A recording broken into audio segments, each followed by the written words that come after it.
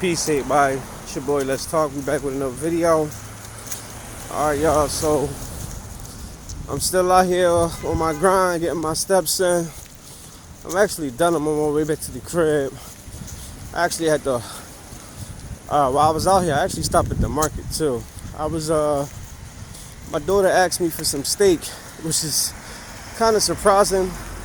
She takes a nap earlier before I left out and said she had a taste for steak and eggs. So I took out some steak that I had in my freezer. And when I was out walking, I kind of was past my market, so I grabbed me a couple of more steaks and got like some broccoli and stuff because I'm gonna make some steak, eggs, and broccoli tonight for dinner. You know, just try to keep it light, sweet. You know, high protein, nutritious, and good. And that's how we do it. But let's get right into the topic of this video, man. So a few days ago, I made a video talking about the whole No Fugazee podcast guy situation. The guy Cooley, David Cooley from No Fugazee Podcast. He's like in a whole situation right now. I made a reaction to everything that's going on, gave my little 2 cents on it, and I kind of left it like that. But I still been kind of following everything that's going on. I see a bunch of people who still talking about it, and he actually, Cooley himself, he actually came out with a video. I think he titled it "Liars Exposed." Like talking about like Auburn Preach and O'Shea Duke Jackson, saying like how, you know, they don't know what they're talking about, and how people, you know, put out little edit clips of his conversation when he was on the Tonight's Conversation show, and he was talking about, you know, the girl asked him, "Are you considered a top tier man?" And you know, the clip came out like how he just was basically like saying like, well, he's 6'4", he's 6'4". He makes well over 6 figures, and he's black, so, you know, he ain't trying to toot his horn. And what really came out was the unedited version, where he said, well, he's not really speaking about himself because he's in a relationship, and saying, you know, like how he always mentioned that he was in a relationship and just him and his girl was just exception to the rules. Now, I don't really got no malice against the guy at all. I ain't gonna say really, I have none whatsoever. You know, do what you do. You fake, phony, whatever. I mean, that's not really my problem, my issue. I don't have no issue at all. What I would say though is that I don't think he is being fully, you know, accountable, him or his fans. Because I see a lot of his fans when I read the comment sections in the videos.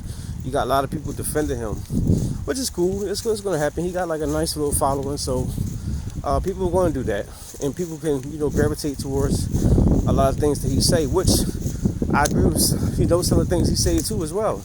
You know, some of the talking points, but I don't think he really grasps, or his followers grasp, the situation. Whereas though, I don't think people are necessarily mad that you do have a single mom or whatever, or is that like you, or about the edited clip that came out when you were on the Tonight's Conversation.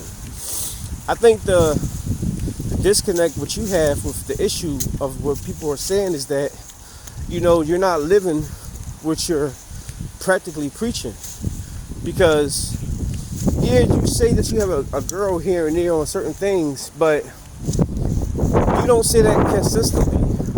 And when you were on a podcast, when you were talking about recreational use only, single mothers, the girl specifically asked you,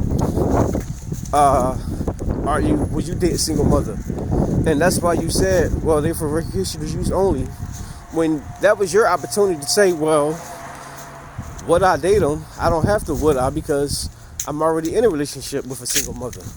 Like, that was your opportunity to shine right there, to let you and your girl, your chick, you know, who's not a BBL Becky, because everybody kept saying BBL Becky, which I didn't think she had a BBL.